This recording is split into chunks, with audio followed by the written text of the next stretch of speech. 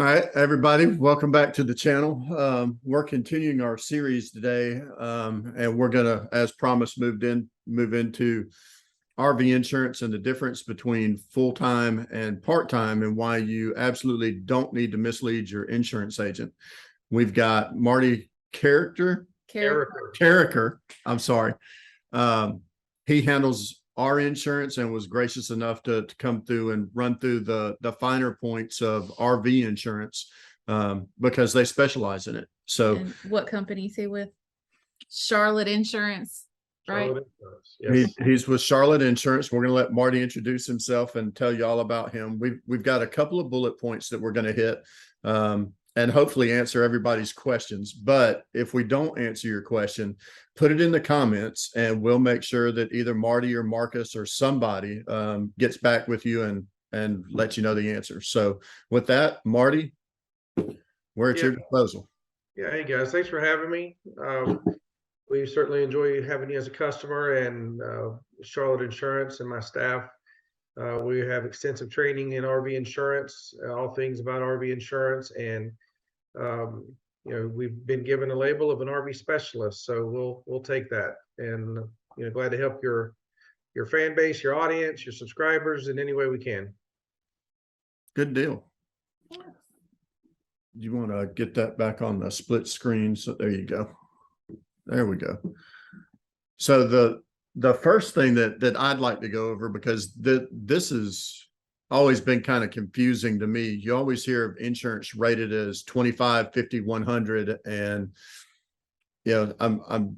maybe I'm the only one that doesn't understand what that is and what the consequence of having those set too low is. Yeah. So basically, that's called split limit liability. Anytime you see 2550 or 3060 or 100-300, 250-500, that's called split limit liability. The first number is how much your policy would pay out to the other party per person if the accident's your fault and they're injured. So the first number is your per person. The second number is your total per accident. So if there's more than one person in the car, say you've got 100-300, it would pay a total payout of up to $300,000 with a limitation of $100,000 per person. In the grand scheme of things, that's what I would consider medium coverage. There's 250-500. In some states, there's 500-500. And typically, my preferred method is to do what we call combined single limit, or CSL. In some states, it's called single limit liability.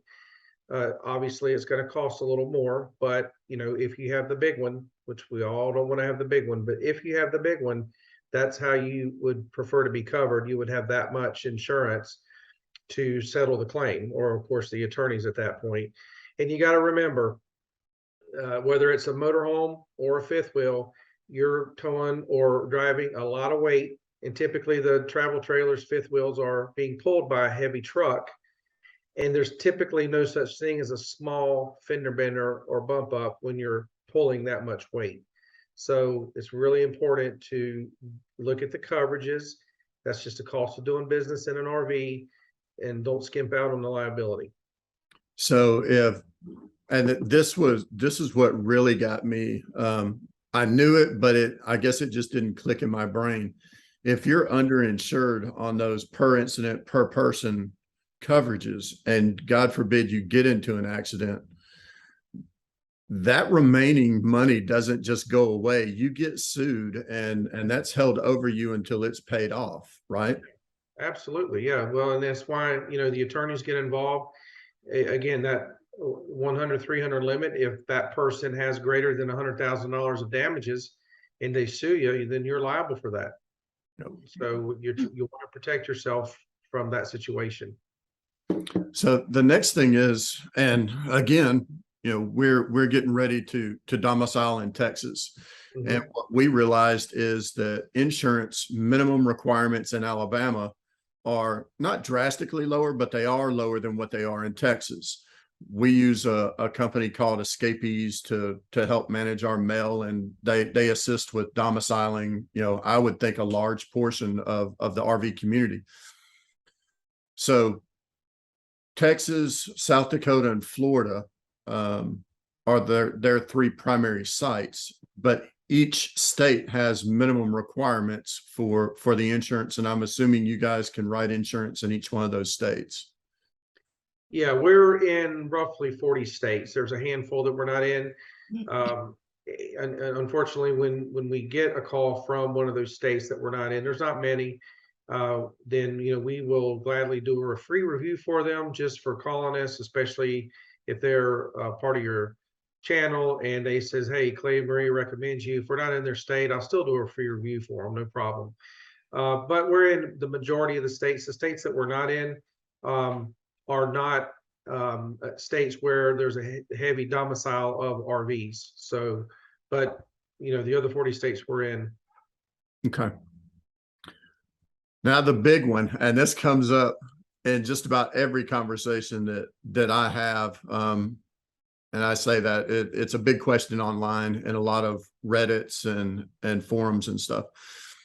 People are always wanting to know, should you lie to your insurance agent about being full-time or part-time? Yeah.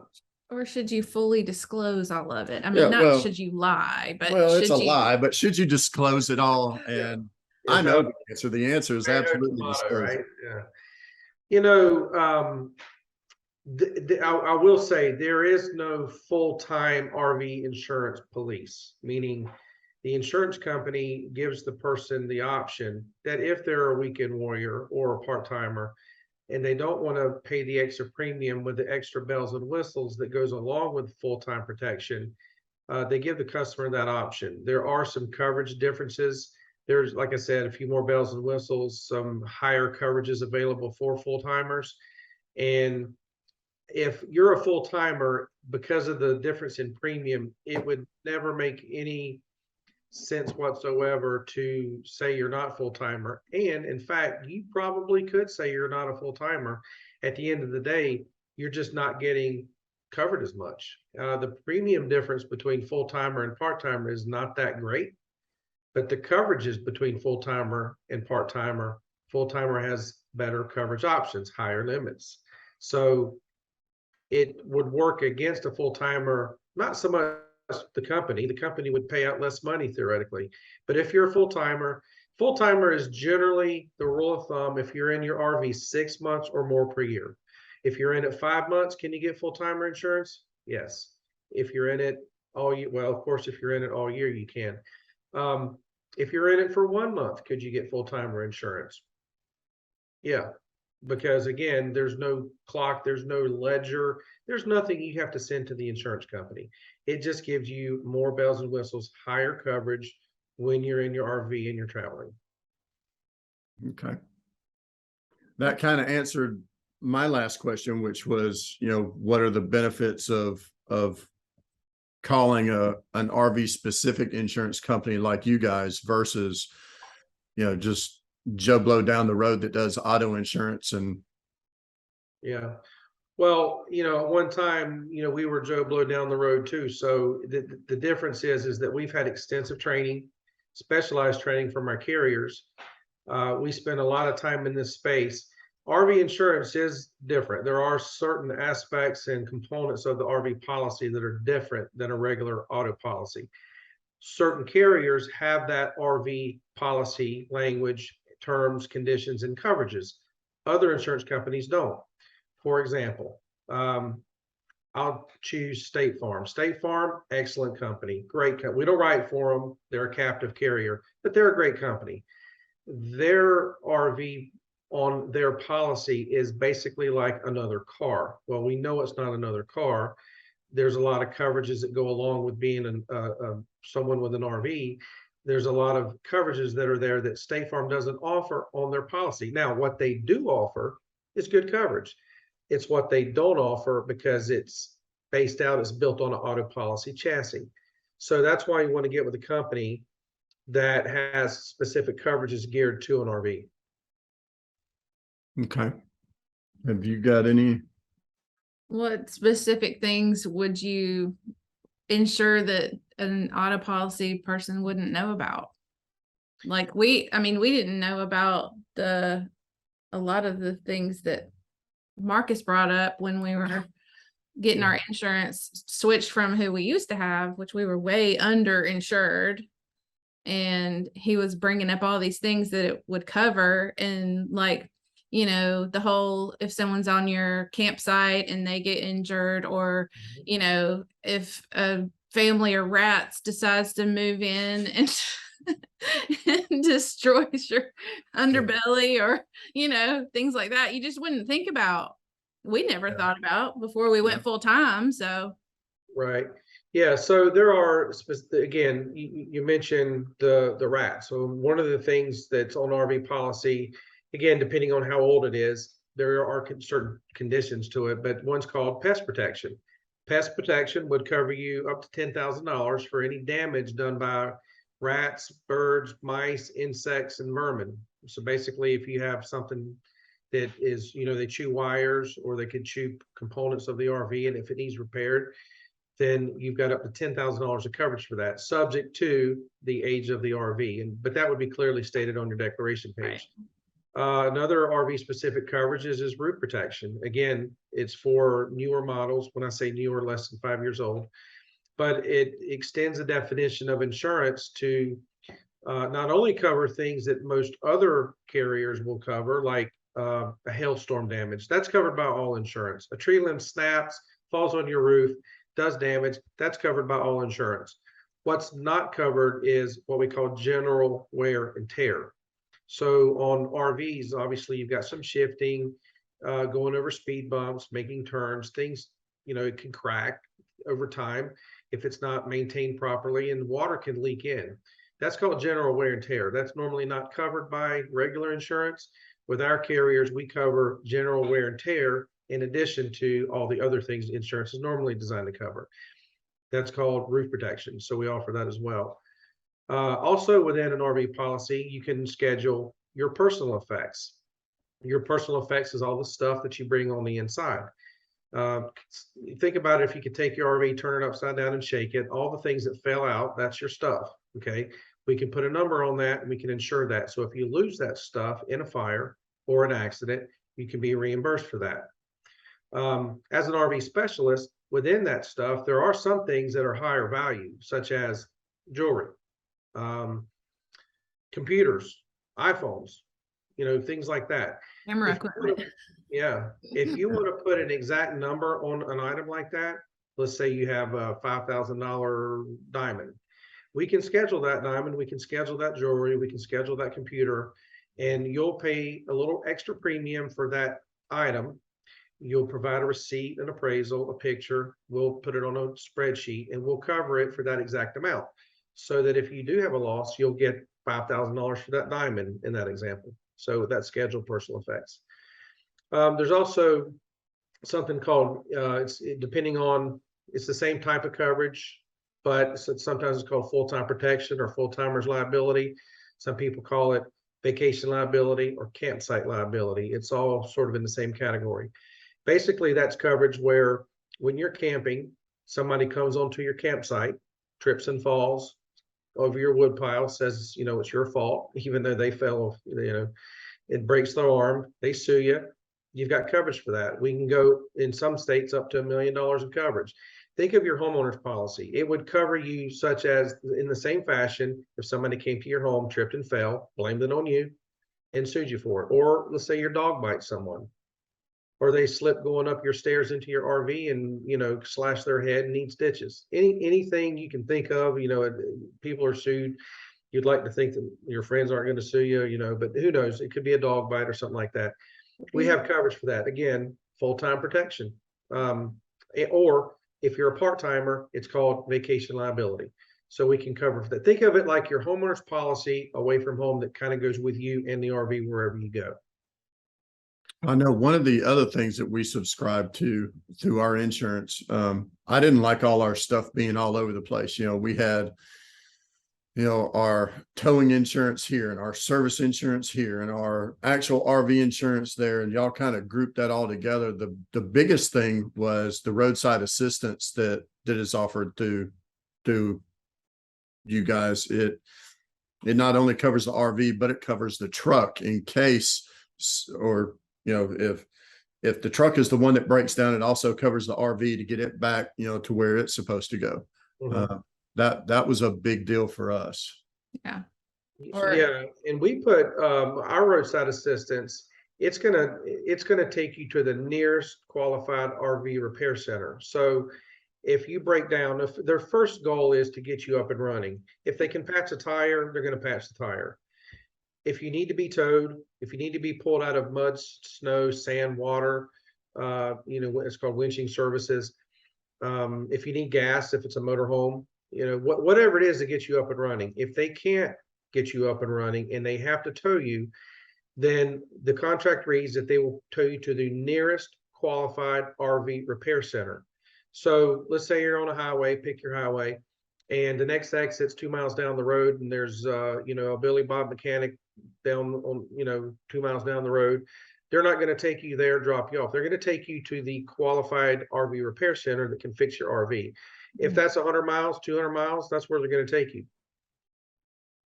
Okay. So with preparing the quote, I know you've done a little backside stuff. Do you want to move into that and show people our fictitious account that we've got, or how do you want to go from here? Yeah, let me show this screen for you. And not a whole lot of people know that we insure Mickey Mouse. Yeah. So we have some stars here that we insure now. So some of those coverages, here's what it looks like. And if you were Mickey Mouse, and I think we put Mickey Mouse in a very nice 2022, what did we put him in? A 2022 Momentum. Okay. So Mickey travels in style for sure. And we've got total replacement costs. There's different definitions, different ways to insure something. Total replacement cost is always the number one best option. And then there's agreed value or stated value, some people call it.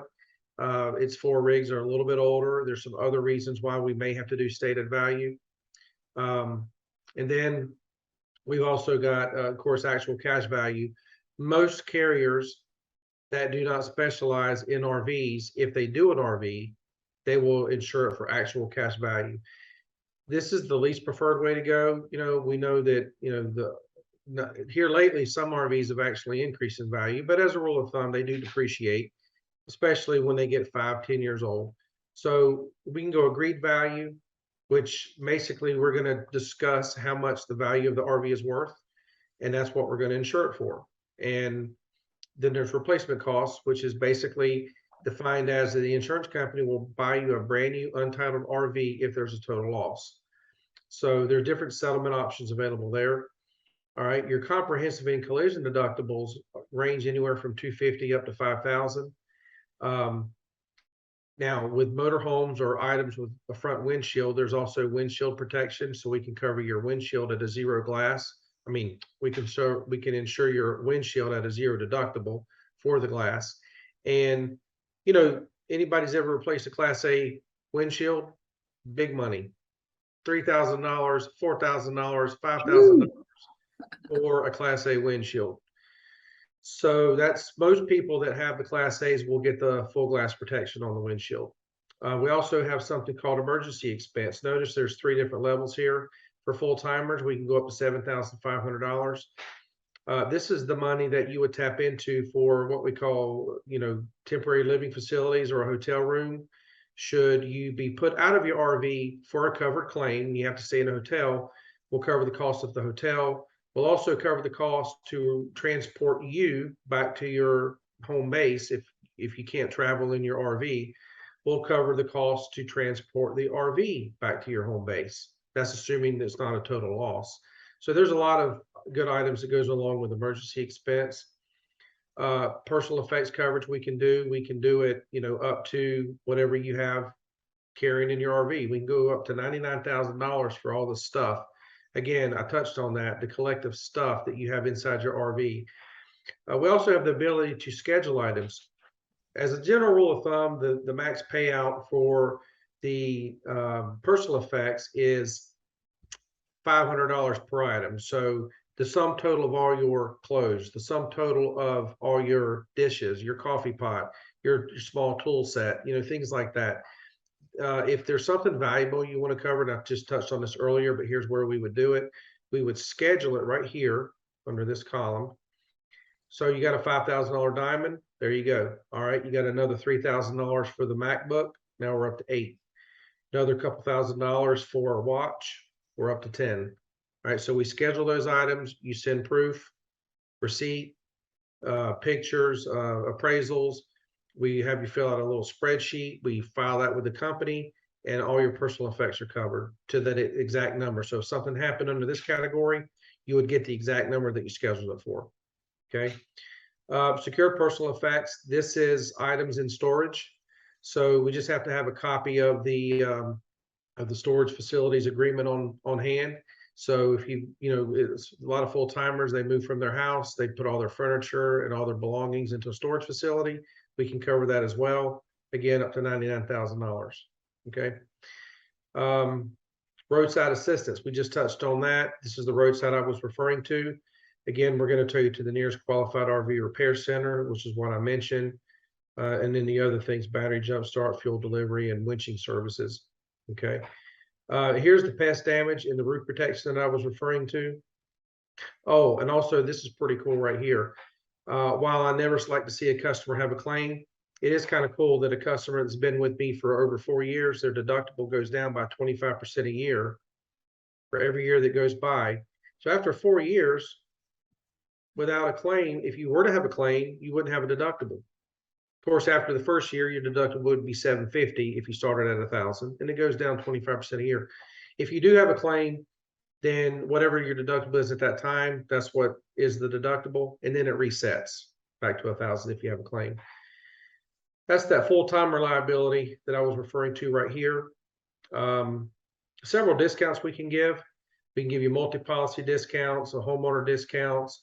If you get to us, a couple weeks ahead of your renewal, we can give you an advance quote discount, paid in full, all kinds of discounts we can give here. But this is what we're able to do for Mickey. And now this is really important. For those who are in travel trailers or fifth wheels, we really prefer to insure the motor. Here's the reason. If you've got the motor or the tow vehicle with one company, and you've got the RV with a different company, and you have a claim, then the question becomes, was it caused by the RV? Did it sway? Did the RV clip the gas pump? Or did the truck clip the gas pump? Or what happened? And then you get into with the different adjusters from different carriers saying, well, no, you're responsible for this. And the other carrier saying, well, no, you're responsible for that. Basically, if you have them paired up with the same company, you would deal with one adjuster, you would deal with one deductible, and it just makes things go a lot smoother. Plus, you also have to remember, and this is very important. So these are the limits that we were talking about earlier. We go up to $500,000 in this state.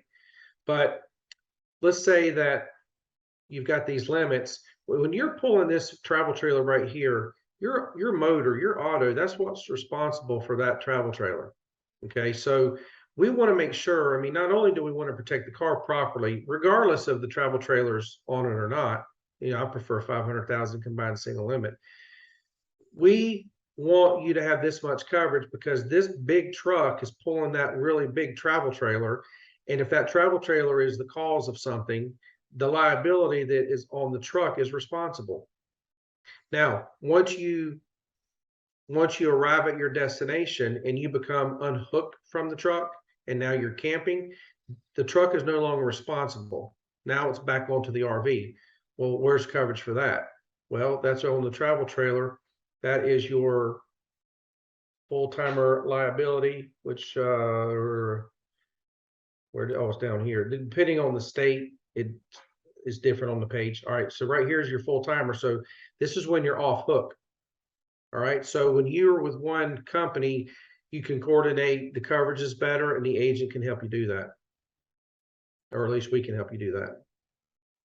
One thing that stood out to me when we were talking with Marcus, and this is where that, whatever, 500, I don't know what the numbers are, but anyway, when we had an aha moment as to we're so underinsured, was he was like, okay, what if, heaven forbid, you have an accident? It's somehow your fault. You hit a family of 5 in their vehicle. They all have injuries. Mhm. Then, are you covered enough to, Right. In our case, we were not. we were not at all. Well, Even I'm gonna be the first to say, and I say it loudly and boldly, proudly. We never sell on cheapest price. Okay, we always advise that we sell RV insurance with the best coverage for you and your situation at the best price. So we'll shop for you and we'll get the coverage at the best price we can. Now, is it always less than what you're paying now? Maybe, maybe not. It just depends on what kind of coverage you have now. But if you want to get the cheapest coverage at the cheapest price, and then you could call, I'm not going to name names, but you can call some other people and they'll give you cheap insurance. Okay, I want you to remember this. Cheap insurance is not always good, right, but good insurance is not always cheap. true. Okay. And And we, let me show you one example. I'm sorry. Let me show you one example. Okay. Here on the travel trailer. All right. So notice here, this is a line item, and I know that's small. I'll zoom in just a little bit. All right. Right here, $500,000 worth of liability, $83. $50,000, $46. You're getting, this is a split limit. You're getting $500,000 versus $50,000 per person for less than $40 a year, for $37 a year. Right. That's what I'm talking about. And we can tweak things out like that. And just for a very nominal amount of money, we can give you superior coverage. Right. that's what Marty showed us was Marcus. Marcus, we went from, a very base plan, quadrupled our coverage, but our cost only went up by maybe a quarter to a third. Mhm. I mean, it Right. was really not enough to justify not having that to begin with. Yeah. Yeah. Yep. Well, and I think when we do insurance, just like we're doing a Zoom call right now, we prefer to get you on a Zoom call and have you look at the screen so that you understand it, because we're visual people. And if I start spitting out numbers to somebody who's not looking at it, 100, 350, $5,000 med pay, all this insurance jargon, it's enough to make you go crazy or, give you a headache for sure. But when you can see it, it makes sense. So we always have the conversation, preferably over a video. It doesn't have to be with cameras, but we at least like to show you our screen. Right. Yeah. Is that all the questions you had, or I topics you think wanted to that's go it. over?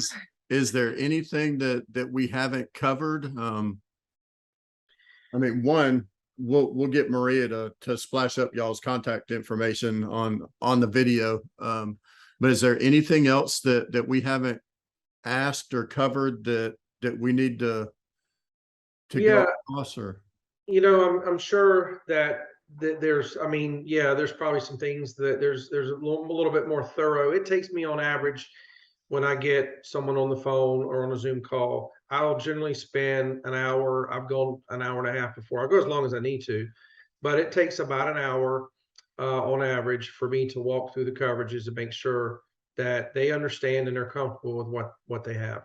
So, we've kind of done this in, 15, 20 minutes, thereabouts. We do spend time on it. We have discussions on the valuation. We have discussions on the coverages. We explain the coverages. And, I'm pretty sure on Google we're at a 5-star review, and that's because we take the time so that the customer understands. I tell you, I won't go home knowing that I didn't have the conversation with the customer. If the customer chose lesser coverage, we talked about it. I advised it higher, and they chose lower, and could have been for some savings or something like that. Or maybe that's just felt right for them. But we will have the conversation for sure. I can 100% vouch for that. Yeah. we've only ever really had a personal relationship with one other insurance agent, and he was a family friend. Right. Other than that, I don't like insurance people. Because it's something I don't understand. I It's a mean, necessary evil. We have to get insurance. Listen, all right, there's a few other things that you never want to use. You never want to buy a fire extinguisher and never use it, right? You don't want to ever buy an insurance policy and have to use it. So you're buying something, you're paying a lot of money, and you hope like heck you never have to use it. Just Right. like your fire extinguisher. If you pull your fire extinguisher off the wall and you actually use it, something's going on, right? It's not going to smell good and it's going to be hot. Right. So yeah, I get it. I don't like paying my own insurance, but I have to.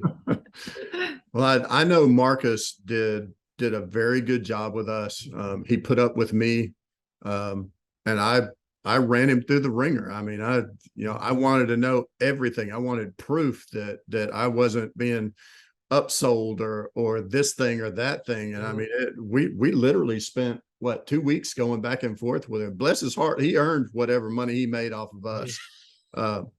But in the end, I trust Marcus. Yeah. I mean, I feel like I could send a text message to Marcus right now and say, hey man, I need this, and Marcus would make it happen. I think he would do it because not only is it good for business, but I honestly think he's a good person. Yeah, he is. Yeah. So he is. He's the real deal. So you got me as backup as well. So yeah. I was gonna say we trust you too. yeah, Sure. y'all are now the second insurance company that I've ever trusted that I could put my wife and dog's, future in the hands of other than myself. We're So, equal, by the way. well, yeah. well, the dog doesn't get mad at me. So Yeah. If I talked about my wife, I might have to throw in a couple cats in there too. All all right. Well, this has been great. I know you've got lots of other things to do. I can't tell you how much I appreciate Right. you doing this, and not only for us, but for viewers of our channel and whoever else on YouTube that may see this. And I really hope it answers some questions and clarifies some things for some Right. people.